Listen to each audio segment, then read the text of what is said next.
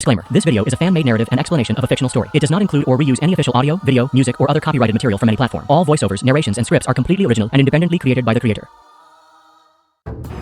नमस्कार दोस्तों, आपका स्वागत है कहानी ट्यूब की उस दुनिया में जहां हर कहानी अपने साथ लाती है एक नया रहस्य, नया रोमांच और ढेर सारी भावनाएं। अगर आप हमारे चैनल पर पहली बार आए हैं तो अभी सब्सक्राइब कर लीजिए और नोटिफिकेशन बेल को जरूर दबाइए ताकि हमारी अगली रोमांचक कहानी सबसे पहले आप तक पहुंचे। यहाँ आपको मिलेंगी थ्रिलर से भरपूर कहानियाँ, अद्भुत साई-फाई फैंटेसी की झलक और दिल को छू जाने वाली लव स्टोरीज जो हर बार आपको सोचने पर मजबूर कर देंगी। तो चलिए अब वक्त है आज की कहानी में खो जाने का। योद्धा इधर उधर जा रहे थे, एक बड़ा जाल बना रहे थे, फिर भी किसी ने इस जगह पर ध्यान नहीं दिया। भानु जल्दी ठीक हो गया और उसका स्तर भी आगे बढ़ गया। ऐसा था जैसे उसने मौत का अनुभव किया हो और कई चीजें जो उसे साफ नहीं थीं अब साफ हो गई थीं। उसने अपनी राह पूरी तरह समझ ली थी और अब भटका हुआ नहीं था। भानु ने कहा, विदुर भाई, लगता है हालात अच्छे नहीं हैं। अब जब श्वेत शीत दिव्य रोशनी फट पड़ी है, खबर हर जगह फैलेगी और यहाँ तक कि शक्ति पूर्वज भी इसके लिए लड़ने आएंगे। विदुर ने बेबसी से सिर हिलाया। लगता था कि उसका वाकई श्वेत शीत दिव्य रोशनी से कोई नाता नहीं था। इस वक्त उसे जल्दी भाग जाना चाहिए। इस जगह पर आपदा आ चुकी थी। साफ था कि अब जल्द ही यहाँ पूरी तरह खूनी स्नान होगा, क्योंकि श्वेत शीत दिव्य रोशनी उन लोगों को मार डालेगी जो इसे काबू करना चाहते थे। वह सिर्फ एक द्रोण था और चाहे वह इसे कैसे भी देखे, उसके पास कोई मौका नहीं था। वह बस राख का ढेर बन जाता। लेकिन उसके अंदर एक ऐसी ललक थी जो उसे तर्क की आवाज सुनकर अब सुरक्षित भागने की इजाजत नहीं दे रही थी। खतरे के बीच धन हासिल किया जा सकता था, यहाँ रहना खतरनाक हो सकता था, लेकिन जब तक एक मौका था, भले वह 10,000 में एक हो, उसे फिर भी रहना था। अगर वह चला गया तो वाकई उसके पास कुछ नहीं बचेगा। विदुर ने गहरी सांस ली और बोला, हमें यहाँ थोड़ा और रुकना चाहिए। हमने पहले ही श्वेत शीत दिव्य रोशनी की ताकत का अनुभव कर लिया है। यह कोई नई पैदा हुई दिव्य रोशनी नहीं है, बल्कि एक ऐसी रोशनी है जो अनगिनत सालों से मौजूद है। यहाँ तक कि शक्ति पूर्वज हकीमों को भी कामयाबी की गारंटी नहीं है। विदुर ने इस 10,000 में एक मौके को लेने का फैसला किया। भानु ने कुछ नहीं कहा और बस सिर हिलाया। विदुर जो भी फैसला ले, वह हमेशा उसका बिना शर्त समर्थन करता। दिव्य रोशनी के लालच में आत्माएं हिमगिरी स्रोत घाटी में अनगिनत लड़ाइयां लड़ी गईं। कई रुकावटों की परतों के बावजूद 100 से ज्यादा ताकतवर हकीम दिव्य रोशनी की खबर सुनकर आए। हर एक के आसपास डरावने ताकतवर योद्धा थे। शक्तिमान यहाँ कुछ भी नहीं थे। शक्ति सम्राट मुश्किल से देखने लायक थे। सिर्फ शीर्ष शक्ति सम्राट और शक्ति पूर्वज ही यहाँ बोलने की हैसियत रखते थे। हर दिन आत्माएं हिमगिरी स्रोत घाटी में कई तीव्र लड़ाइयां फट पड़ती थीं। कुछ लोग हाथ मिलाते तो कुछ अपने साथियों को धोखा दे देते। 1 महीना बीत गया। किसी ने नहीं सोचा था कि श्वेत शीत दिव्य रोशनी का एहसास हजारों मील तक फटने के बाद उसका कोई निशान पूरी तरह गायब हो जाएगा।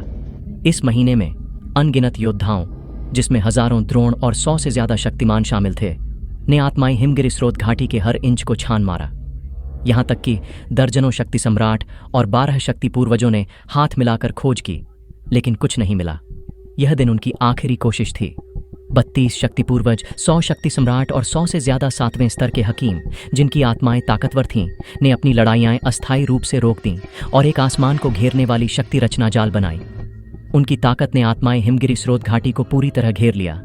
यहाँ तक कि सैकड़ों मीटर जमीन के नीचे का एक छोटा कीड़ा भी इस रचना से नहीं छिप सकता था। विदुर और भानु भी पकड़े गए और इस रचना को शक्ति देने के लिए मजबूर किए गए। जाहिर है, विदुर जानबूझकर पकड़ा गया था। अगर वह करीब नहीं होता तो वह 1000 में एक मौका कैसे पकड़ता। महान रचना खुल गई। शक्ति सम्राट, शक्ति पूर्वज और 7वें स्तर के हकीमों की शक्ति फट पड़ी। उनकी अंदरूनी शक्ति ने हर इंच को जांचा, हर जगह को गौर से देखा, बिना कुछ छोड़े। वे सुबह शुरू हुए और देर रात तक चले। रचना को नियंत्रित करने वाले योद्धाओं का अभी भी हार मानने का कोई इरादा नहीं था, लेकिन फिर भी वे श्वेत शीत दिव्य रोशनी को नहीं ढूंढ सके, बल्कि उन्हें यहाँ तक कि इसका जरा सा निशान भी नहीं मिला कि यह कभी यहाँ थी। ऐसा था जैसे 1 महीने पहले का वह विस्फोट बस एक भ्रम था। अगली सुबह जल्दी रचना को नियंत्रित करने वाले योद्धा तीव्र बहस में फट पड़े। थोड़ी देर बाद रचना टूट गई और आत्माएं हिमगिरी स्रोत घाटी के ऊपर हवा में एक विशाल लड़ाई छिड़ गई। 100 से ज्यादा शक्ति पूर्वजों के नाशक हमलों ने अंतरिक्ष को नष्ट कर दिया। शक्तिमान बस तोप का चारा थे, एक एक करके गिर रहे थे। सिर्फ शक्ति सम्राट मुश्किल से जिंदा रह सकते थे। यह विशाल लड़ाई पूरे दिन और रात चली। इसके दौरान 30 शक्ति पूर्वज मर गए। हालांकि शक्ति सम्राट सीधे शामिल नहीं थे, लेकिन व्यापक हमलों से प्रभावित होने की वजह से 26 की मौत हो गई। शक्तिमानों की गिनती कोई करने की जहमत नहीं उठाता था। 7वें स्तर के हकीमों में से 5 मारे गए।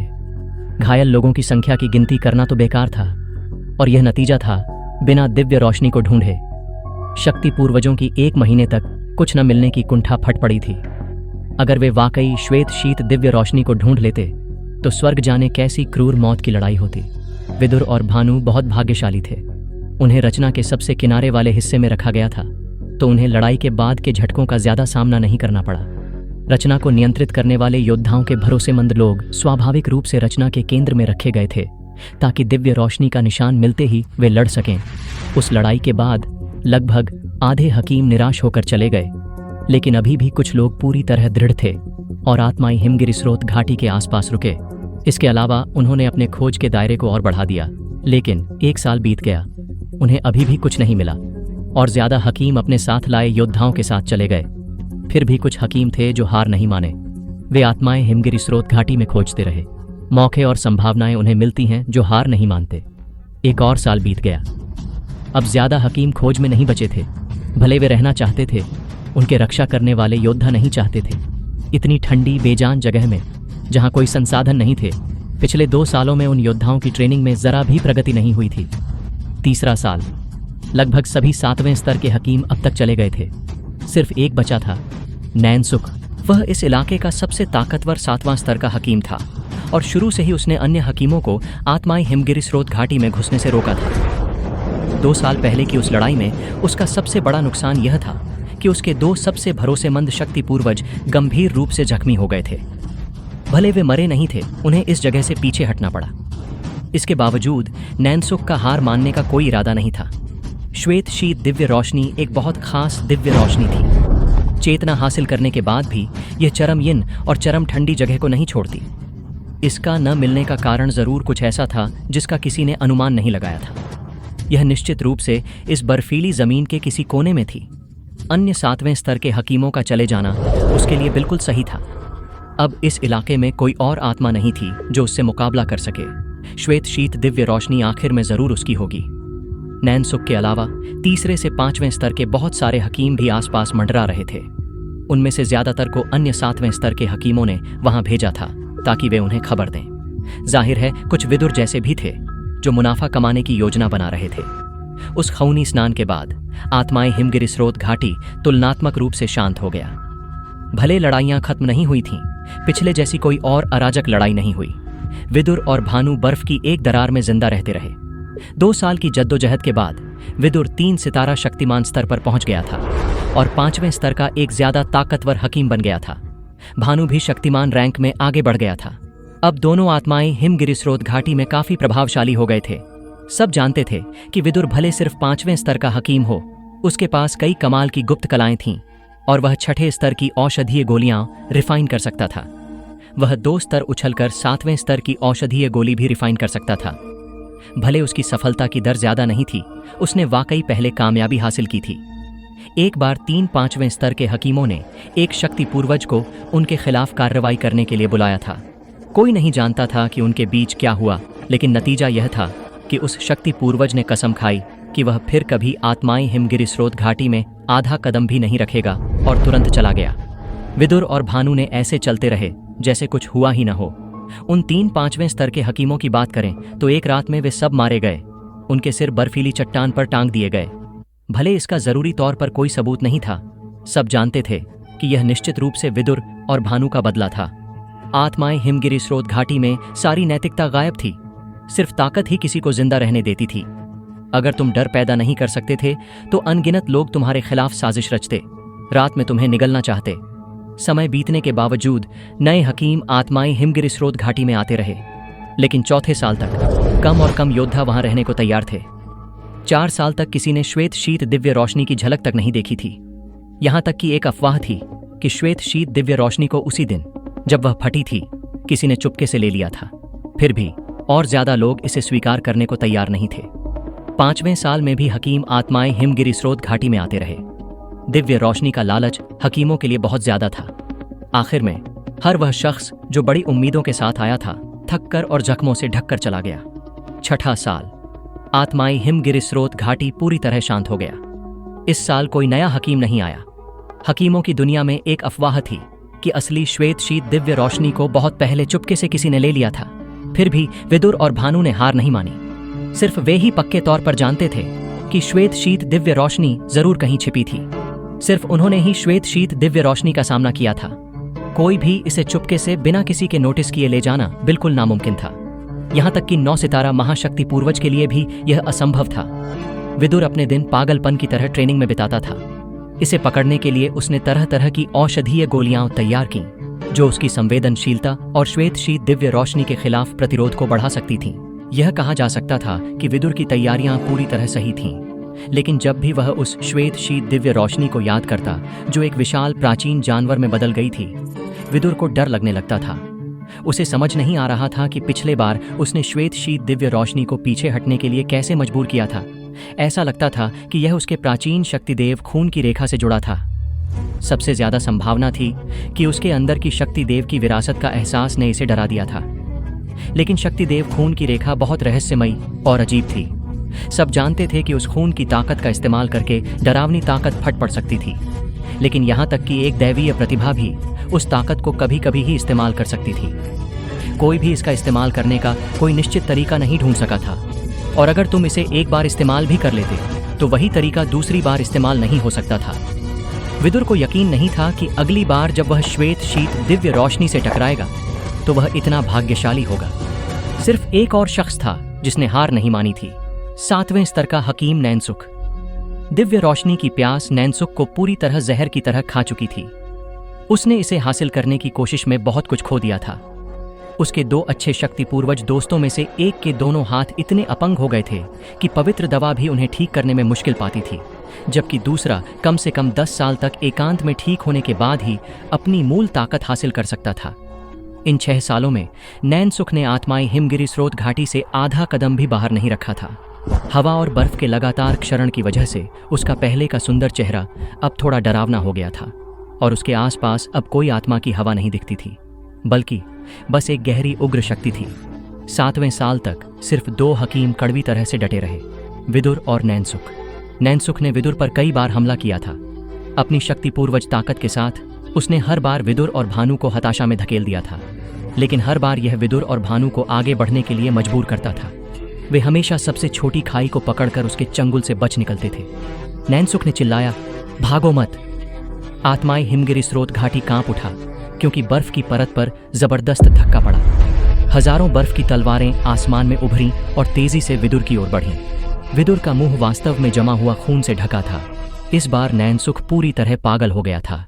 वह अपनी पूरी ताकत का इस्तेमाल कर रहा था, यहाँ तक कि एक ऐसी औषधीय गोली भी ले रहा था जो उसकी शक्ति को बढ़ा देती थी। एक 5 सितारा शक्ति पूर्वज ने वास्तव में एक शक्तिमान से निपटने के लिए औषधीय गोली का इस्तेमाल किया, लेकिन विदुर ने अपने फायदे का इस्तेमाल किया, जो यह था कि उसकी अंदरूनी शक्ति पहले ही शक्तिमान स्तर को पार कर चुकी थी, बल्कि यह शक्ति पूर्वज के स्तर को भी पार कर चुकी थी। चाहे नैनसुख के हमले कितने ही उग्र क्यों न हों, वह हमेशा सबसे कमजोर बिंदु को पकड़कर उनसे बच निकलता था, और जब तक वह बच निकलता उसका शरीर जो टूटने की कगार पर था फिर से बन सकता था। अनगिनत औषधीय स्नानों के बाद विदुर और भानु के शरीर भट्टी में जलते लोहे जैसे थे, और नैनसुख के हिंसक हमले हथौड़े के प्रहार जैसे थे जो उन्हें चमकदार इस्पात में तपाने वाले थे। नैनसुख ने उदास और चुपचाप विदुर को फिर से भागते देखा। उसने अपनी सारी शक्ति खर्च कर दी थी, फिर भी नाकाम रहा। उसे मानना पड़ा कि विदुर और भानु वाकई उसके हाथों मरने की किस्मत में नहीं थे। 1 और साल बीत गया। यह श्वेत शीत दिव्य रोशनी के फटने के बाद से 8वां साल था। काली बर्फ मृत्यु क्षेत्र की एक घाटी में एक बड़ी आग जोर से जल रही थी, जो ठंडी हवा को पीछे धकेल रही थी। विदुर, भानु और यहाँ तक कि नैनसुख भी चुपचाप आग के सामने भुना हुआ मांस खा रहे थे। कई बार लड़ने और भागने के बाद विदुर और भानु पहले ही शक्तिमान वर्ग के शिखर पर पहुंच गए थे। अगर दोनों ने हाथ मिलाया तो वे वास्तव में 5 सितारा शक्ति पूर्वज के साथ बराबरी पर लड़ सकते थे। जाहिर है यह इस शर्त पर था कि नैनसुख अपनी पूरी ताकत से न फट पड़े, लेकिन अगर वह ऐसा करता तब भी विदुर और भानु बच निकलने में कामयाब होते। चूंकि लड़ने का कोई मतलब नहीं रह गया था, वह सिर्फ उनके साथ सहयोग कर सकता था। आत्माएं हिमगिरि स्रोत घाटी अपनी मृत्यु जैसी खामोशी में लौट आया था। अगर कोई इंसान इस मृत्यु जैसी खामोशी में अकेला होता तो वह पागल हो जाता, खासकर क्योंकि यह काली बर्फ मृत्यु क्षेत्र का केंद्र था। नैनसुख ने अचानक कहा, विदुर, क्या तुम सचमुच अभी भी डटे हो? वह अब और नहीं सह सकता था। इतने समय तक न लड़ने के बाद वह जैसे जाग गया था। इसके अलावा वह शक्ति पूर्वज, जिसके दोनों हाथ अपंग हो गए थे, कुछ अप्रत्याशित हालात में पड़ गया था, तो उसे जल्दी जाकर उसके लिए कुछ ठीक करने वाली दवाएं रिफाइन करनी थीं। भले वह उसके हाथों को उनकी मूल स्थिति में नहीं लौटा सकता था, लेकिन उसकी शक्ति पूर्वज ताकत को बनाए रखना मुमकिन था। श्वेत शीत दिव्य रोशनी की बात करें तो उसे हार माननी पड़ी। शायद अफवाहें सच थीं, और जिस दिन वह फटी थी उसी दिन किसी ने इसे चुपके से ले लिया था। उनके लिए वे बस 8 साल बर्बाद कर चुके थे। विदुर ने सिर हिलाया। उसने कहा, मुझे अपनी गट फीलिंग पर भरोसा है। श्वेत शीत दिव्य रोशनी जरूर यहां है। नैनसुख ने सिर हिलाया। उसने कुछ औषधीय सामग्रियां फेंकी जो श्वेत शीत दिव्य रोशनी को दबाने के लिए खजाने थीं। उसने कहा, चूंकि ऐसा है, मैं इन्हें तुम्हें रहस्यमयी ड्रैगन गोली के बदले देता हूं। कैसा है? रहस्यमयी ड्रैगन गोली कुछ ऐसा था जो विदुर ने आत्माएं हिमगिरी स्रोत घाटी में रहते हुए बनाया था।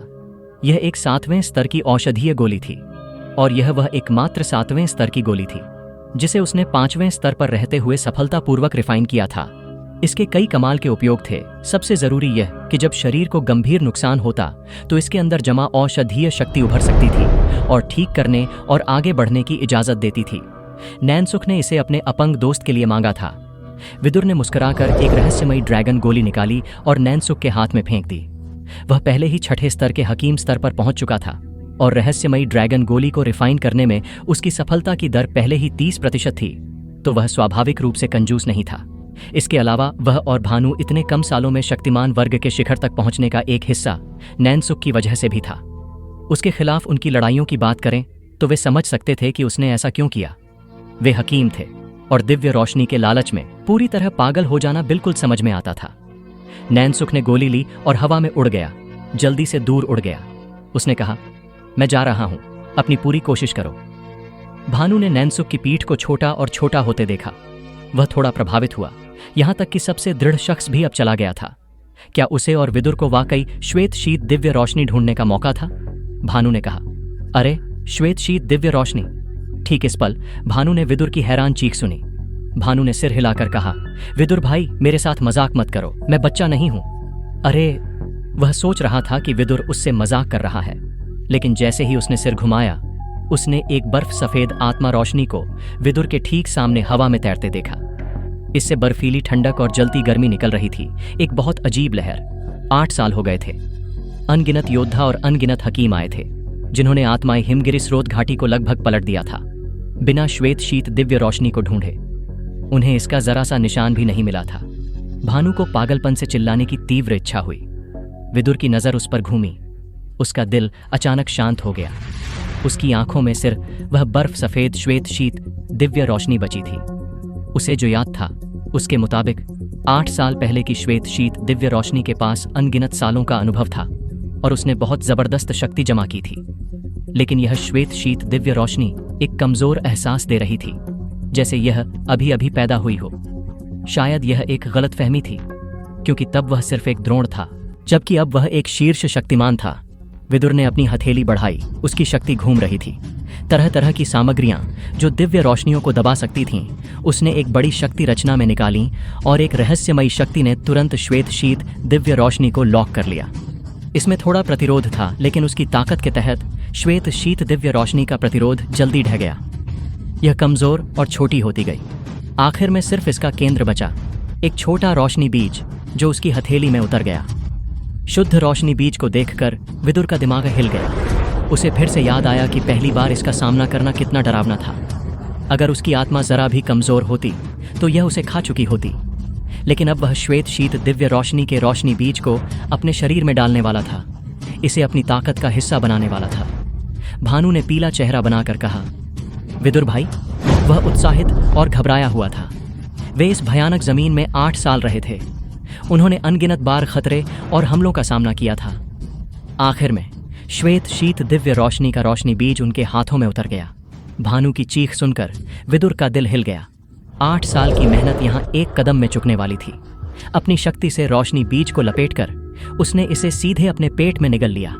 आत्माएं हिमगिरी स्रोत घाटी का पूरा आसमान फिर से श्वेत शीत दिव्य रोशनी के एहसास से घिर गया।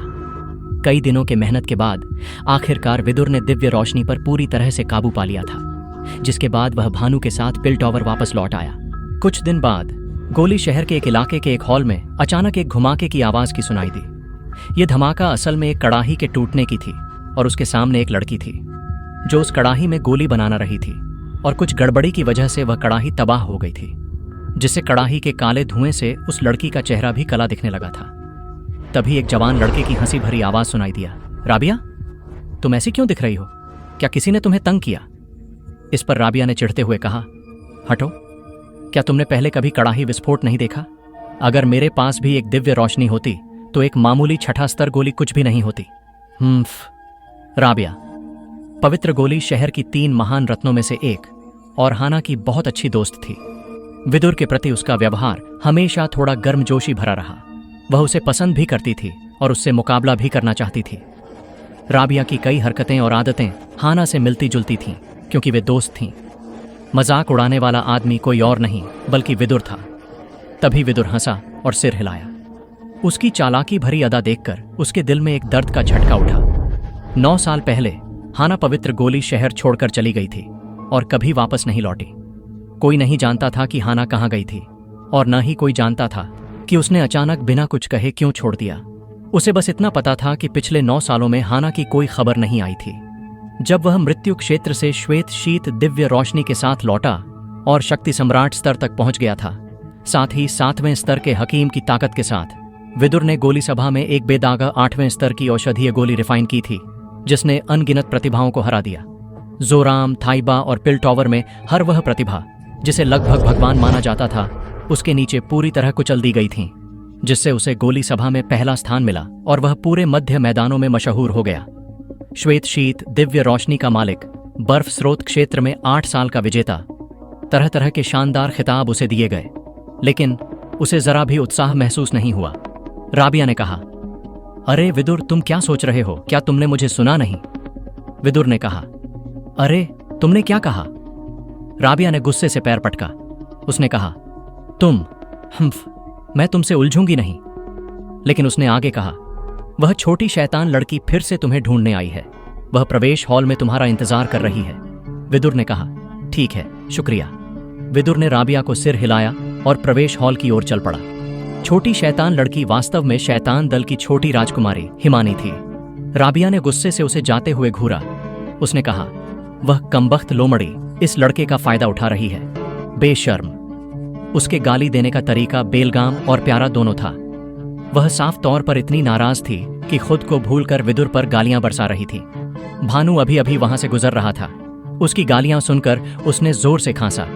उसने कहा, राबिया, विदुर को ऐसी लड़कियां पसंद नहीं जो बिना सोचे बोलती हों। चाहे ऐसी औरत कितनी भी खूबसूरत हो, यह बेकार है। राबिया ने कहा, सचमुच? रुको, कौन चाहता है कि वह उसे पसंद करे? भानु, क्या तुम्हें भी पिटाई चाहिए? तुम भी मुझे तंग करने की हिम्मत करते हो? भानु ने आंखें झपकाकर कहा, तुम्हें मेरी मदद चाहिए? हाना के अलावा शायद पवित्र गोली शहर में एकमात्र दूसरी औरत जो विदुर के लिए अच्छी जोड़ी थी, वह राबिया थी। विदुर ऐसी चीजों को गंभीरता से नहीं लेता था, लेकिन उसके छोटे भाई के रूप में उसे अपने बड़े भाई की मदद जरूर करनी थी। राबिया ने कहा, कौन तुम्हारी मदद चाहेगा? क्या विदुर को वह छोटी शैतान लड़की पसंद नहीं? राबिया साफ तौर पर और जानकारी चाहती थी। भानु हंसा। उसने कहा, क्या तुम हिमानी की बात कर रही हो?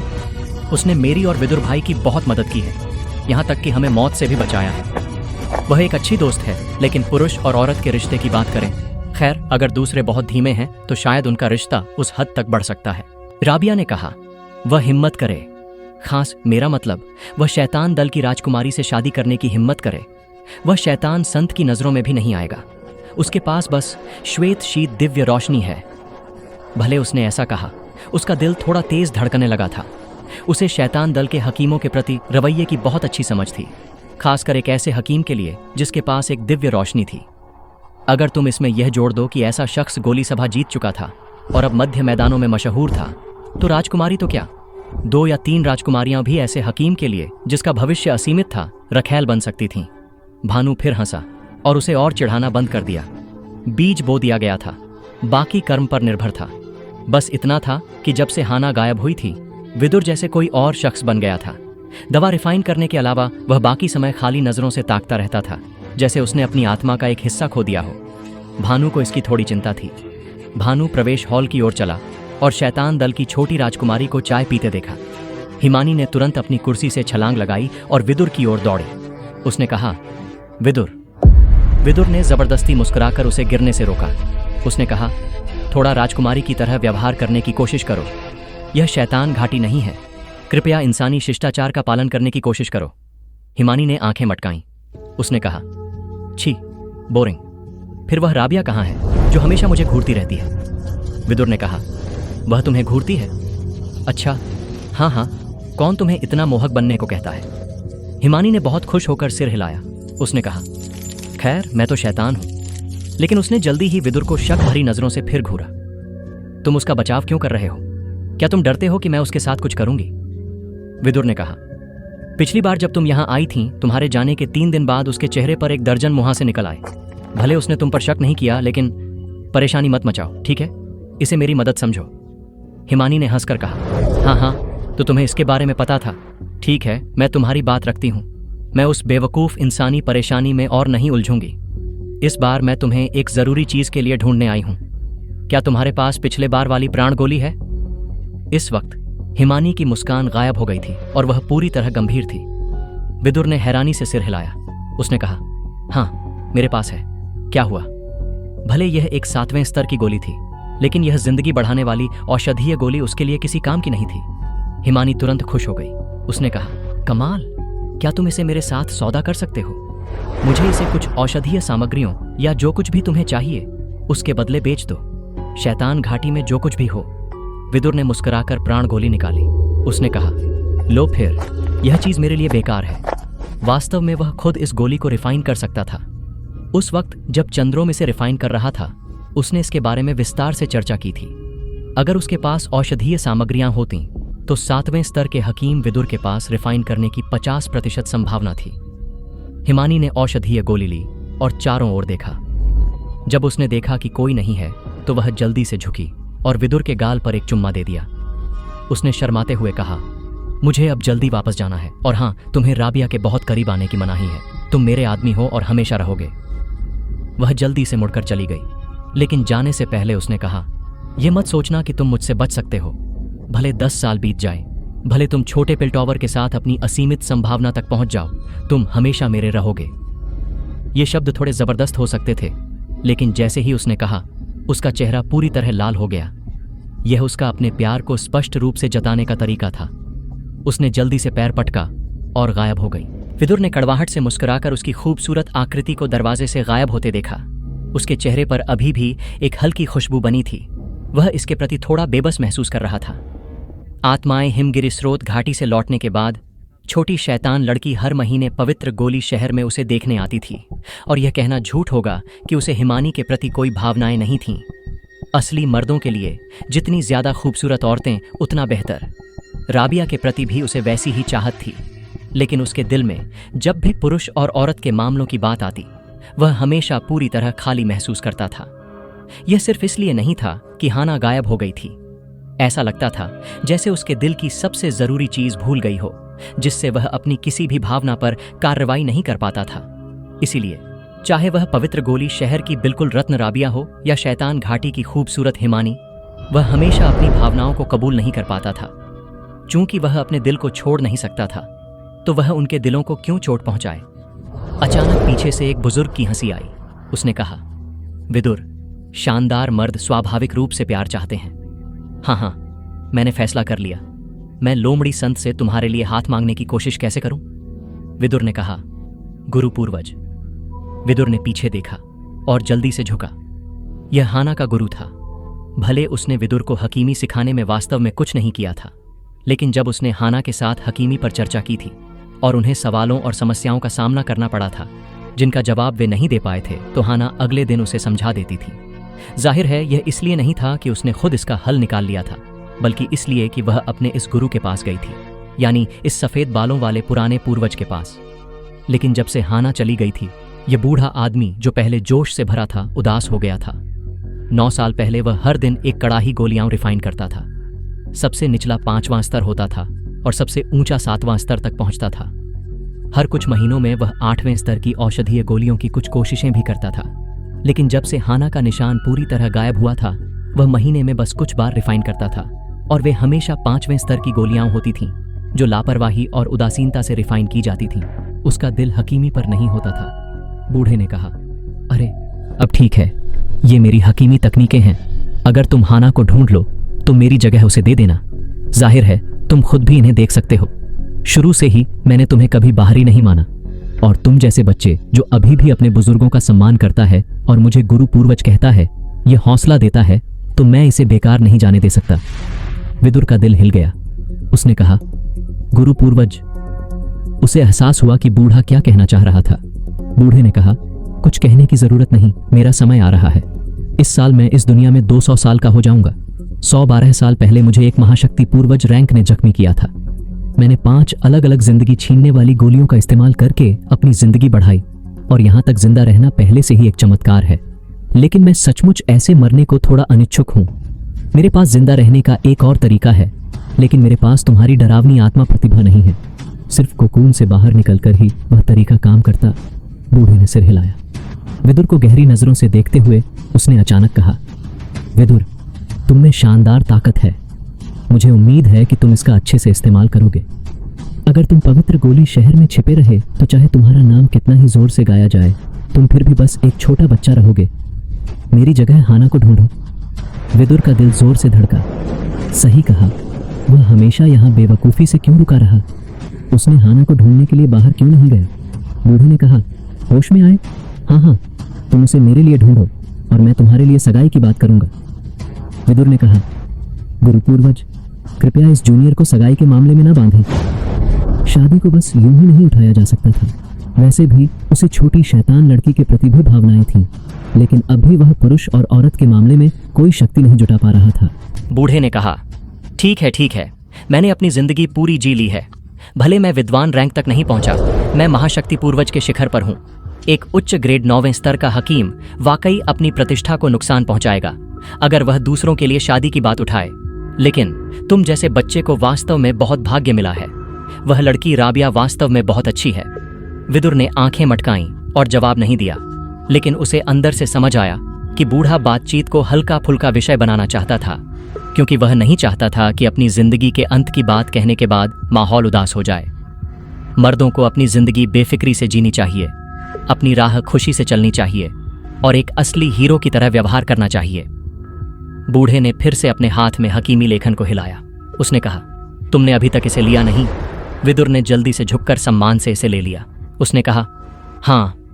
बूढ़े ने हंसकर कहा, हाँ, अच्छा, चूंकि तुमने इन्हें ले लिया तो तुम मेरे शिष्य भी माने जा सकते हो। हाना भी तुम्हारी समकालीन शिष्या बहन है।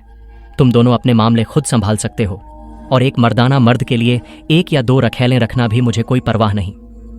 बूढ़े ने विदुर के कंधों पर थपकी दी, और जितनी चुपके और जल्दी से आया था उतनी ही चुपके और जल्दी गायब हो गया। विदुर को अंदर से पता था कि बूढ़े ने उसके और हाना के बीच किसी भी रिश्ते को चुपके से मंजूरी दे दी थी। उसे यह भी पता था कि शायद यह आखिरी बार था जब वह इस बूढ़े को देखेगा। अभी उसने उसे भविष्य में संभालने की हर चीज सौंप दी थी और उसे आगे जाने की दिशा भी दिखाई थी। पवित्र गोली शहर छोड़ने के बाद वह अपनी ताकत बनाएगा और फिर वह हाना को ढूंढेगा।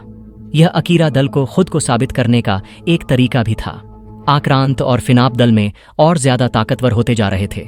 उसे एक ऐसी ताकत बनानी थी जो उन दोनों को कुचल सके, ताकि वह अपनी माँ और पिता की आखिरी इच्छाओं को पूरा कर सके और उनके नाम दल पत्थर पर उकेर सके। पल में विदुर को लगा जैसे बादल छट गए हों और वह फिर से सूरज देख सकता हो। उसके दिल पर हमेशा छाई रहने वाली धुंधली छाया अब आजाद थी। उसके पास अब एक मकसद था जिसकी ओर बढ़ना था। अपने निवास पर लौटकर विदुर ने भानु को उन सभी ताकतवर योद्धाओं को बुलाने को कहा जो उनके करीब थे। ये योद्धा पवित्र गोली शहर में अपनी खुद की शोहरत रखते थे। वे शायद प्रतिभाशाली नहीं थे, लेकिन विदुर की औषधीय गोलियों के साथ उन्होंने अपनी साधारणता छोड़ दी थी और प्रभावशाली संभावना में बदल गए थे। ये सारे वे लोग थे जिनका विदुर के साथ खास भाईचारा था। भानु समेत उनके पास 32 लोग थे। यह वह ताकत थी जो विदुर अभी नियंत्रित कर सकता था। उनमें से हर एक कम से कम 3 सितारा शक्तिमान था और इसके अलावा कोई भी 30 साल से ज्यादा उम्र का नहीं था। विदुर की बात करें तो श्वेत शीत दिव्य रोशनी के समर्थन और छोटे पिल टॉवर में ट्रेनिंग करने की सुविधा के साथ वह बहुत तेजी से आगे बढ़ा था। सिर्फ एक छोटे साल में वह 7 सितारा शक्ति सम्राट बन गया था। उसकी असली युद्ध क्षमताओं की बात करें तो जब वह सिर्फ शक्तिमान के शिखर पर था तब वह भानु के साथ मिलकर शक्ति पूर्वज नैनसुख का सामना कर सकता था। अब अपनी तकनीकों और फायदों के साथ वह कुछ समय के लिए शक्ति पूर्वज के साथ बराबरी पर लड़ सकता था, और अगर वह किसी बहुत ताकतवर शीर्ष शक्ति पूर्वज से टकराता तब भी वह पीछे हट सकता था, और वह भी कोई दयनीय हटना नहीं होता। अगर इस तरह की ताकत को मध्य मैदानों में रखा जाए तो हाँ, यह शायद थोड़ी कमजोर थी, लेकिन भले यह उन सर्वोच्च ताकतों से तुलना नहीं कर सकती थी, छोटी ताकतों को साफ करने में निश्चित रूप से कोई समस्या नहीं थी। अगर इसे बाहरी इलाकों में रखा जाता तो यह और भी डरावना होता। विदुर ने सीधे बात की। उसने कहा, मैं पवित्र गोली शहर छोड़ने वाला हूं।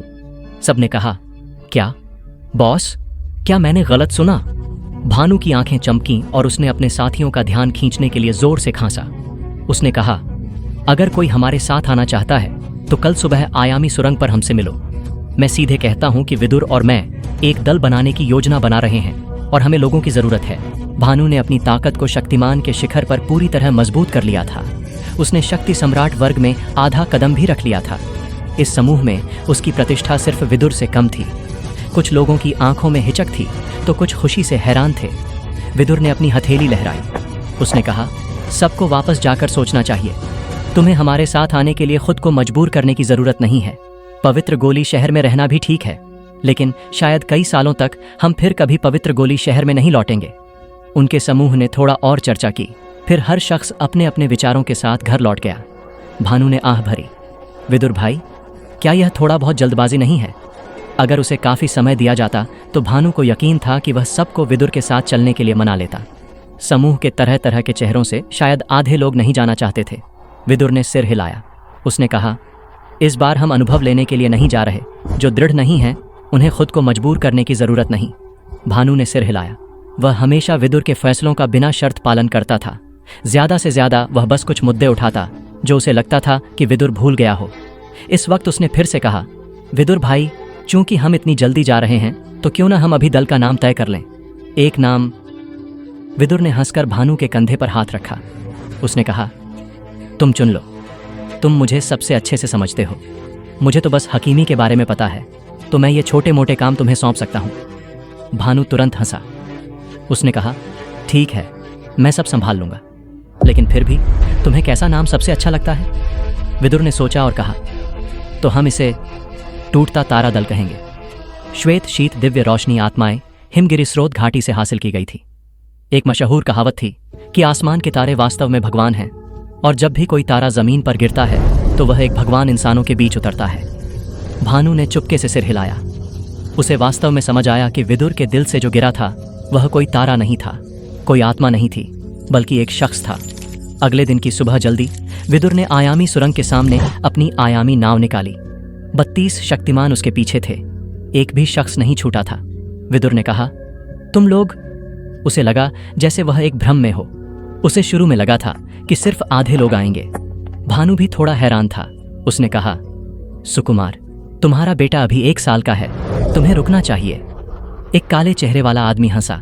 उसने कहा, मैंने पहले ही सोच लिया है और बेटे को पत्नी के साथ छोड़ना ठीक है। इसके अलावा मैं जो कुछ भी हूं वह भाई विदुर की वजह से है। मैं अपनी पूरी जिंदगी शक्तिमान नहीं रहना चाहता। सुकुमार की आंखें चमकीं जब उसने यह कहा। सब उसे समझ गए और हंसे। शायद सुकुमार ने सबसे ज्यादा अपने बेटे के बारे में सोचा था, न कि अपनी प्रगति के बारे में। सब जानते थे कि विदुर के पास कई तकनीकें थीं। 3 साल की उम्र से नींव को पालने और ट्रेनिंग करने से वाकई एक ऐसा प्रतिभाशाली बनाया जा सकता था जो आसमान को चुनौती दे। भानु ने खांसा और मुस्कुराया। उसने कहा, यहाँ हर कोई अच्छा भाई है। आज हमारा टूटता तारा दल आधिकारिक रूप से बन गया है। बड़ा भाई विदुर हर किसी का लीडर होगा। सबने एक साथ सहमति दी। उनकी आंखें चमक रही थीं। अब जब उनके दल का एक असली नाम था तो स्वाभाविक रूप से यह पहले जैसा नहीं लग रहा था। जो ढीला और असंगठित था वह अब सख्त और करीब हो गया था, जिससे एकजुटता और सुरक्षा का एहसास आया। और इस तरह करने से वे अब विदुर के और भी करीब हो गए थे। सबको साफ था कि जब तक वे विदुर के साथ हैं, यहां तक कि एक स्वर भी योद्धा बन सकता था। समय बीत गया, 10 साल बीत गए। ऐसा लगा जैसे बस आंख झपकने की देर थी। जो समय बीत गया वह कभी नहीं लौटेगा। उन्होंने बहुत कुछ अनुभव किया, विश्वासघात, अभियान, स्थापना और एक निरंतर खोज। टूटता तारा दल पहले ही एक विशाल हस्ती बन चुका था। यह न सिर्फ मध्य मैदानों में मौजूद था, इसने हर तरह की जमीनों की ओर अपने जाल फैलाए थे और यहां तक कि सबसे दूर की उजाड़ जगहों पर भी टूटता तारा दल की नजरें थीं। कुछ ताकतें सीधे उनके साथ जुड़ गई थीं। शायद यह बस कर्म था, लेकिन खबर आई कि आकाशीय तारा पहाड़ी में एक प्राकृतिक रचना बनी थी। एक उल्कापिंड की तारा ताकत ने एक ऐसा अंतरिक्ष बनाया था जो सिर्फ पेड़ों के समुद्र जैसा दिखता था। चाहे तुम नंगी आंखों से देखो या अंदरूनी शक्ति से टटोलो, तुम उस छिपे हुए दुनिया को अंदर नहीं देख सकते थे। भानु ने कहा, टूटता तारा दल के नाम को देखते हुए, और यह उल्कापिंड एक घिरा तारा है। विदुर भाई, तुम्हें आकाशीय तारा पहाड़ी के बारे में क्या ख्याल है? इन 10 सालों में भानु 3 सितारा शक्ति पूर्वज बन चुका था। उसकी ट्रेनिंग की रफ्तार पूरी तरह राक्षसी थी और यह तब था जब उसे टूटता तारा दल के रोजमर्रा के मामलों पर बहुत समय बर्बाद करना पड़ता था। वह इतनी तेजी से आगे बढ़ सका था क्योंकि इन सालों में विदुर ने उस पर इस्तेमाल की गई औषधीय गोलियों की संख्या एक खगोलीय आंकड़े तक पहुंच गई थी। भले विदुर लीडर था, यह बस एक खिताब था। पिछले 10 सालों में वह हमेशा बाहर घूमता रहा था। वह महीने में 1 या 2 बार ही टूटता तारा दल से संपर्क करता था। कुछ और औषधीय गोलियां फेंकने के बाद वह फिर गायब हो जाता था। वास्तव में टूटता तारा दल को चलाने वाला भानु था। विदुर का सबसे अच्छे से समर्थन करने के लिए वह हमेशा दल की ताकत को वहां तक बढ़ाता था जहां विदुर घूम रहा था। इस तरह का विस्तार जाहिर है थोड़ा जबरदस्त था और आसानी से ढह सकता था। किसे पता था कि पिछले 10 सालों में उन्होंने कितने लोगों को नाराज किया था। यहां तक कि प्राचीन अंधेर नगरी को भी उन्होंने भड़का दिया था। जाहिर है जितने ज्यादा लोगों को वे नाराज करते थे, उतने ही ज्यादा लोगों से उनकी मुलाकात होती थी। भानु की तरकीबें और ज्यादा चालाक हो गई थीं। इस समय में उन्होंने सिर्फ दुश्मन ही नहीं बनाए। विदुर के नए खिताब मुख्य भूमिका नंबर 1 हकीम के साथ टूटता तारा दल इतना बढ़ गया था कि अंधेर नगरी भी उन्हें हल्के में नहीं भड़काती थी। यह नहीं कि वे कमजोर थे, बल्कि उन्हें अपनी पूरी ताकत लगानी पड़ती थी। अंधेर नगरी मध्य मैदानों के मौजूदा संतुलन को समय से पहले तोड़ना नहीं चाहती थी। विदुर ने हंसकर एक रहस्यमयी ड्रैगन गोली निकाली और भानु को दी। उसने कहा, इस गोली को लो, मैंने इसे अभी रिफाइन किया है और यह पहले जैसी नहीं है। अपनी शक्ति को जितनी तेजी से हो सके घुमाओ और जल्दी से औषधीय शक्ति को रिफाइन करो। देखो क्या इसमें कोई अजीब शक्ति निकलती है। भानु ने इस रहस्यमयी ड्रैगन गोली को गौर से जांचा। इस पर 2 सुनहरे ड्रैगन तैर रहे थे और एक हल्की ड्रैगन की दहाड़ आत्मा को हिला रही थी। उसने कहा, विदुर भाई, क्या तुम फिर से मुझ पर अपनी दवा टेस्ट कर रहे हो? भले उसने ऐसा कहा, भानु में कोई हिचक नहीं थी। अपनी शक्ति को घुमाते हुए उसने औषधीय गोली को एक घूंट में निगल लिया। एक 3 सितारा शक्ति पूर्वज की पूरी शक्ति अब गति में थी। भानु के शरीर ने एक ताकतवर हवा छोड़ी और उसके आसपास की हवा भी थोड़ी पतली हो गई। निराकार हवा के ब्लेड हल्के से दिख रहे थे। ऐसा लग रहा था जैसे अंतरिक्ष भी जल उठा हो। आधा दिन बाद भानु ने खाली नजरों से सिर हिलाया। उसने कहा, विदुर भाई, क्या गोली में कुछ गड़बड़ है? मुझे जरा भी कुछ महसूस नहीं हुआ। विदुर ने अपनी माथे को खरोंचा। उसने कहा, यह शुरू में बस एक संभावना थी।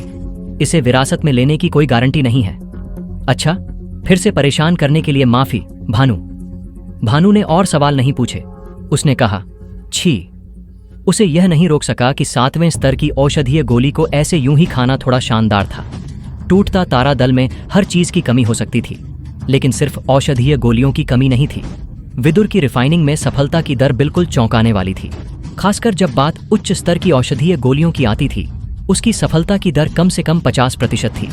इसका मतलब था कि हर 2 कोशिशों में वह कम से कम 1 बार कामयाब होता था। अगर कोई और हकीम यह सुनता तो वह इतनी जलन से भर जाता कि मर सकता था। विदुर अभी खत्म नहीं हुआ था और उसने भानु को खाने के लिए एक और 6ठे स्तर की औषधीय गोली निकाली। उसने कहा, इस बार अपनी शक्ति को पूरी तरह दबाओ।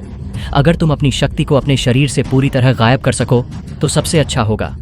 भानु ने चुपके से सिर हिलाया और उसे निगल लिया। 6 घंटे बाद भानु ने पूरी हैरानी से विदुर को देखा। उसने कहा, विदुर भाई, मैं अभी आगे बढ़ गया। विदुर ने कहा, हाँ, यह अस्थायी होना चाहिए, लेकिन अगर तुम इसे लंबे समय तक बनाए रख सको तो यह एक असली प्रगति होगी। 4 सितारा शक्ति पूर्वज, बधाई हो भाई। भानु को दीवार पर सिर मारने की तीव्र इच्छा हुई। शक्ति पूर्वज स्तर में हर प्रगति के लिए कम से कम 1 साल की कठिन ट्रेनिंग चाहिए होती थी, लेकिन अब उसने बस विदुर की कुछ औषधीय सामग्रियां खाईं और एक और शक्ति पूर्वज सितारा स्तर आगे बढ़ गया। अगर उसे पहले इसके बारे में पता होता तो क्या वह इतनी कठिन ट्रेनिंग की जहमत उठाता? लेकिन उसने जल्दी से सिर हिलाया और मुस्कुराया। विदुर भाई, अगर तुम ऐसा करते रहे तो मेरे पास ट्रेनिंग की कोई प्रेरणा नहीं बचेगी। विदुर हंसा। मैं यह सिर्फ तुम्हारे लिए करता हूं, मुझे तुम पर भरोसा है। भानु थोड़ा प्रभावित हुआ। वह समझ गया कि विदुर क्या कह रहा था। प्रतिभा के मामले में इस दुनिया की शीर्ष प्रतिभाओं की तुलना में भानु को सिर्फ औसत माना जा सकता था। अगर वह और आगे नहीं बढ़ सकता था तो उसके पास उन पर कोई फायदा नहीं होता। वे औषधीय गोलियां बस यूं ही नहीं निकाली गई थीं। विदुर ने उनके लिए बहुत पसीना और आंसू बहाए थे, रिफाइनिंग में बारीक समायोजन किए थे ताकि वे उसकी शारीरिक बनावट और शक्ति की प्रकृति के अनुकूल हों। सिर्फ उन अनगिनत छोटे समायोजनों के जरिए ही वह मजबूत और मजबूत हुआ था। उसकी प्रगति ऐसी थी कि वह शीर्ष प्रतिभाओं से जरा भी कम नहीं था। विदुर ने कहा, चलो आकाशीय तारा पहाड़ी चलते हैं। उसकी आंखें चमकीं। उसने लीडर के रूप में कभी ज्यादा कुछ नहीं किया था, हालांकि उसने दल के लिए काफी परेशानी जरूर पैदा की थी। अंधेर नगरी को भड़काने का मामला ज्यादातर उसी की वजह से था, लेकिन सारी परेशानी को उसने भानु को संभालने के लिए फेंक दिया था। उसे बस आसमानों में घूमने, उन चीजों और उस शख्स की तलाश करने की परवाह थी जिसे वह ढूंढ रहा था। अब उसे लगा कि सबके लिए कुछ योगदान देने का समय था। खासकर वह एक सुरक्षित मुख्यालय बनाना चाहता था, क्योंकि उसने इतने सारे दुश्मन बना लिए थे। हर प्राचीन महान ताकत के पास अपनी एक गुप्त जमीन होती थी। अगर उन्हें किसी बड़ी आपदा का सामना करना पड़ता तो उन्हें बस अपने दल को उस गुप्त जमीन में छिपाना होता था। वहां वे आपदा बीतने और ठीक होने तक इंतजार कर सकते थे और फिर मौका आने पर फिर से उभर सकते थे। टूटता तारा दल के लिए भी अब ऐसी एक जगह का समय था। आकाशीय तारा पहाड़ी पेड़ों के सागर में एक खास जगह थी जो गहरे छिपी हुई थी। यह एक प्राकृतिक विशाल संरचना थी जो एक उल्कापिंड की तारा शक्ति और आकाशीय तारा पहाड़ी के चुंबकीय क्षेत्र के जटिल और उलझे हुए प्रभाव से बनी थी। इस प्रभाव ने एक विशाल खाली जगह को मोड़ दिया था। वह जगह पूरी तरह स्थिर थी और मुख्य भूमि पर रहने जैसी लगती थी। इसके अलावा इसने आकाशीय तारा पहाड़ी की चेतना शक्ति को सघन किया था, तो इसे ट्रेनिंग के लिए एक पवित्र भूमि भी माना जा सकता था। प्राकृतिक संरचना की वजह से यहां तक कि एक महाशक्ति पूर्वज स्तर का योद्धा ऊपर से उड़कर भी इस छिपी हुई दुनिया को नहीं देख सकता था। यह इसे रक्षा के लिए एकदम सही जगह बनाता था। यहां तक कि अगर कोई ताकतवर योद्धा इसे देख लेता तो प्राकृतिक संरचना की रक्षा के साथ विद्वान रैंक की ताकत के बिना कोई भी इस जगह में जबरदस्ती घुस नहीं सकता था। पिछले 10 सालों में विदुर ने पहले ही शक्ति पूर्वज रैंक की चरम सीमा तक पहुंच लिया था, लेकिन अपनी तकनीकों और संसाधनों के साथ वह शायद 5 या 6 सितारा महाशक्ति पूर्वज के बराबर लड़ सकता था। अब जब उसे यह प्राकृतिक संरचना मिल गई थी और उसने कई अन्य व्यवस्थाएं की थीं, उसने टूटता तारा दल के उन सभी भाइयों को जो पिछले 10 सालों में कई कठिनाइयों से गुजरे थे, इस जगह पर वापस बुलाया। मूल 32 सदस्यों में से 9 लोग गायब थे। पिछले 10 सालों में उन 32 लोगों में से कुछ युद्ध में मरे, जबकि कुछ ने अलग अलग कारणों से टूटता तारा दल को धोखा दिया। अब बचे 23 लोग दल का असली केंद्र थे और सब एकजुट होकर काम करते थे। भानु ने सबको संबोधित करते हुए कहा, बिना चमत्कारी रास्ता बनाए अब आकाशीय तारा पहाड़ी में सीधे लोगों को लाना असंभव है। यहां तक कि तुम्हारे अलग अलग शिष्यों को भी इस जगह के बारे में सावधानी से बताना होगा। सबसे बुरे हालात में यह जगह आखिरी शरण स्थल होगी। इसे पवित्र भूमि कहना ज्यादा नहीं होगा। भानु विदुर की मंशा की घोषणा कर रहा था। सच तो यह था कि विदुर कभी इन चीजों की परवाह नहीं करता था। भले विदुर उन्हें वास्तव में प्रबंधित नहीं करता था, लेकिन सबको साफ पता था कि टूटता तारा दल चाहे जितना बड़ा हो जाए, इसका असली केंद्र हमेशा विदुर ही रहेगा। विदुर की उच्च श्रेणी की दवा गोलियों की निरंतर आपूर्ति के बिना, उसकी शोहरत से आकर्षित हकीमों के बिना टूटता तारा दल को सिर्फ तीसरे दर्जे की ताकत माना जाता। यह सिर्फ मध्य इलाके के नंबर 1 हकीम विदुर के कारण था, जो श्वेत शीत दिव्य रोशनी रखता था कि टूटता तारा दल पिछले 10 सालों में लगातार मजबूत होता गया। कुछ छोटी मोटी व्यवस्थाएं करने के बाद भले वह जगह अभी भी खाली थी, कई भाइयों को तुरंत उसमें घर जैसा एहसास होने लगा। 10 साल की लड़ाई के बाद उनके पास आखिरकार पैर टिकाने की जगह थी। एक और साल बाद टूटता तारा दल मध्य इलाके में और ज्यादा जिंदा दिल हो गया था। उनकी ताकत और प्रभाव पूरे इलाके में फैल गया, जो कबीले, परिवार और ताकतें टूटता तारा दल से जुड़े थे, वे धीरे धीरे अपने अपने शहरों के मालिक और ताकतवर हस्तियां बन गए। इसमें लगभग चमत्कारी एहसास था। भले उनकी ताकत जरूरी नहीं कि बढ़ी हो, लेकिन अब जब उनके पास घर कहने की जगह थी, सदस्यों की दिखाई ताकत साफ तौर पर बढ़ गई थी। हवा बिजली दल, वसंत दल, हजारा तलवार दल और अन्य कई प्राचीन ताकतें, जिनका वारिस सैकड़ों साल पुराना था, धीरे धीरे टूटता तारा दल की बढ़त से भारी दबाव महसूस करने लगे। खासकर हवा बिजली दल का प्रभाव क्षेत्र टूटता तारा दल के साथ कई जटिल तरीकों और इलाकों में टकराता था। उनके बीच कई टकराव हुए और विदुर एक बार व्यक्तिगत रूप से हवा बिजली दल भी गया था। विदुर के एहसास भी अब वही नहीं रहे। वह अकीरा दल में वापस नहीं जा सकता था, तो आकाशीय तारा पहाड़ी का टूटता तारा दल मुख्यालय उसका नया घर और नया परिवार था। इस साल वह बिल्कुल बाहर नहीं गया, बल्कि आकाशीय तारा पहाड़ी में रुका और देखता रहा कि कैसे खाली जगह धीरे धीरे जिंदा दिल हो रही थी और कई नई युद्ध संरचनाएं बन रही थीं। लेकिन एक नई खबर ने जल्दी ही मध्य इलाके को हिला दिया। रोशनी छाया क्षेत्र खुलने वाला था। यह रोशनी छाया क्षेत्र एक प्राचीन अमानत था। यह हर 500 से 1000 साल में एक बार दिखता था, फिर से आयाम में लौटकर गायब हो जाता था। कहा जाता था कि यह एक शक्तिदेव द्वारा बनाया गया शक्तिदेव प्राचीन हवेली था, जिसने रोशनी और अंधेरे की परम ताकत को समझ लिया था। उस शक्तिदेव के गायब होने के बाद इस शक्तिदेव प्राचीन हवेली ने अपनी खुद की अंदरूनी शक्ति हासिल कर ली थी और शून्य से शक्ति खींच सकता था। फिर किसी तरह के आयामी शून्य नियम के जरिए यह दुनिया में वापस दिखता था। हर बार जब रोशनी छाया क्षेत्र खुलता था, अनगिनत योद्धा उसकी ओर खींचे चले जाते थे। एक शक्तिदेव के अवशेष बेइंतहा थे। सिर्फ एक चीज हासिल करने से भी अनगिनत फायदे मिलते थे। भले तुम इस दुनिया में अजेय न बन सको, लेकिन एक ताकतवर योद्धा बनना जिसे राजा या अधिपति का खिताब मिले, मुश्किल नहीं होता था। भानु ने विदुर को उसकी आधी एकांतवास से खींचकर बाहर निकाला और रोशनी छाया क्षेत्र के अतीत के बारे में बताया। उसने कहा, विदुर भाई, हम यह मौका नहीं छोड़ सकते। पिछली बार रोशनी छाया क्षेत्र 810 साल पहले दिखा था। कुछ लोगों ने 2 दैवीय कड़ाहियां देखी थीं, एक गहरी काली और एक रोशनी बिखेरती हुई। वे रोशनी छाया क्षेत्र की मूल शक्ति हैं। इस बार कई हकीम इसमें घुसेंगे और अपने मौके की तलाश करेंगे। एक हकीम के लिए दिव्य रोशनी रखना एक तरह का परम सपना था, जबकि एक दैवीय दवा कड़ाही होना ऐसी चीज थी जिसे वे किसी भी चीज से ज्यादा संजोते थे। दैवीय कड़ाही को इस्तेमाल करने के लिए दिव्य रोशनी की जरूरत नहीं पड़ती थी। विदुर भी इस नियम से अलग नहीं था। भले उसका दवा बनाने का सफलता दर पहले से ही बहुत ऊंचा था, लेकिन अगर उसके पास एक असली दैवीय कड़ाही होती तो उसका सफलता दर आसमान को चुनौती देने जितना हो सकता था। खासकर वह काली कड़ाही, वह उसकी श्वेत शीत दिव्य रोशनी के लिए एकदम सही जोड़ी होनी चाहिए थी। तो वह इस मौके को कैसे छोड़ सकता था? सबसे जरूरी बात यह थी कि रोशनी छाया क्षेत्र के अपने खास नियम थे। सिर्फ महाशक्ति पूर्वज से कमजोर लोग ही इसमें घुस सकते थे। तो विदुर की शक्ति पूर्वज रैंक की चरम ताकत, पहले से ही वह अधिकतम ताकत थी जिसे यह जगह बर्दाश्त कर सकती थी। अफवाहों के मुताबिक सिर्फ एक चरम शक्ति पूर्वज ही रोशनी छाया क्षेत्र की असली वारिस हासिल कर सकता था। आधे महीने बाद विदुर और भानु कांधार कस्बे में पहुंचे। इस जगह पर अब दिन और रात का अंतर नहीं था। आसमान हमेशा सूर्यास्त की स्थिति में था।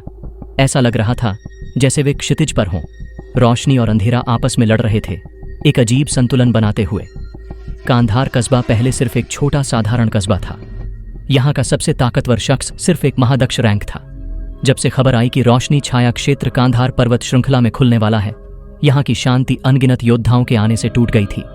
बर्फीली नदी बस्ती, आग की बस्ती, हवा बिजली दल, वसंत दल, हजारा तलवार दल, इन सब के महाशक्ति पूर्वज स्तर के योद्धा यहाँ आए थे।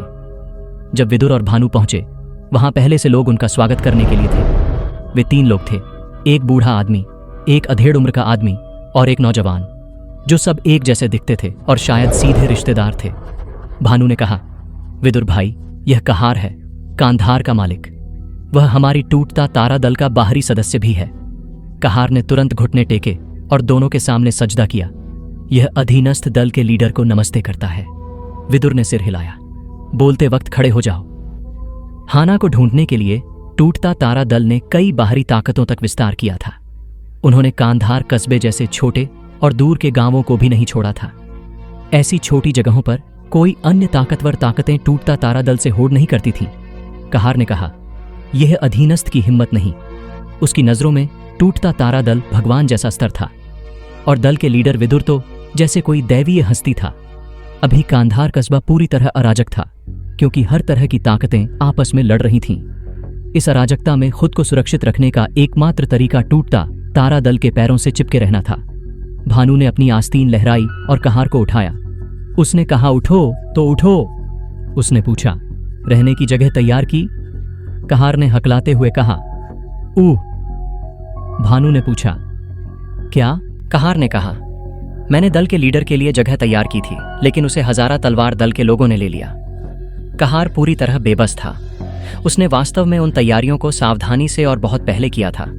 यह नहीं सोचा था कि जितनी अच्छी व्यवस्थाएं होंगी उतना ही आसान होगा कि दूसरों की नजर उन पर पड़े। विदुर ने लापरवाही से हंसकर कहा, हजारा तलवार दल, चलो देखते हैं। कहार ने तुरंत रास्ता दिखाया। हाँ, इधर आइए दल के लीडर। हजारा तलवार दल मध्य इलाके में एक प्राचीन और मशहूर ताकत थी, लेकिन टूटता तारा दल किसी भी ताकत का सामना करने से नहीं डरता था। कहार जानता था कि रोशनी छाया क्षेत्र जल्दी फिर से बंद हो जाएगा। कांधार कस्बा फिर अपने मूल रूप में लौट आएगा। उसे अपनी स्थिति और इस छोटे कस्बे में अजेय बने रहने की चिंता थी। कस्बे में अन्य परिवारों ने इस मौके का फायदा उठाकर दूसरी बड़ी ताकतों तक पहुंच बनाई थी। उसके पुराने विरोधियों ने गुप्त तकनीकों का इस्तेमाल करके अपनी ताकत को महादक्ष रैंक तक बढ़ा लिया था। अब वह सिर्फ टूटता तारा दल की ताकत पर भरोसा करके उन पुराने विरोधियों को डरा सकता था। रास्ते में उन्हें कई योद्धा मिले। शक्तिमान रैंक वाले हर जगह थे, जबकि द्रोण रैंक वाले सबसे कमजोर थे। कुछ अजीब शैली वाले योद्धा भी थे, जो साफ तौर पर मध्य इलाके के बाहर की ताकतवर ताकतों से थे, लेकिन उन्हें कोई महाशक्ति पूर्वज स्तर का योद्धा नहीं दिखा। कहा जाता था कि एक बार रोशनी छाया क्षेत्र खुलने पर 100 मील के दायरे में एक अंदरूनी दबाव निकलता था। महाशक्ति पूर्वज से कम वाले लोग इससे प्रभावित नहीं होते थे, लेकिन जो नहीं थे उन्हें ऐसा लगता था जैसे कोई विशाल पर्वत उन्हें कुचल रहा हो। तीनों एक घर पर पहुंचे। आंगन की दीवारों पर तरह तरह की ताकतवर जानवरों की नक्काशी थी। दीवारों के साथ सुंदर विलो पेड़ लगाए गए थे, जो एक खूबसूरत और एकांत नज़ारा बनाते थे, जिससे इंसान का दिमाग शांत हो जाता था। कहार ने दरवाजे की ओर इशारा किया। यही है,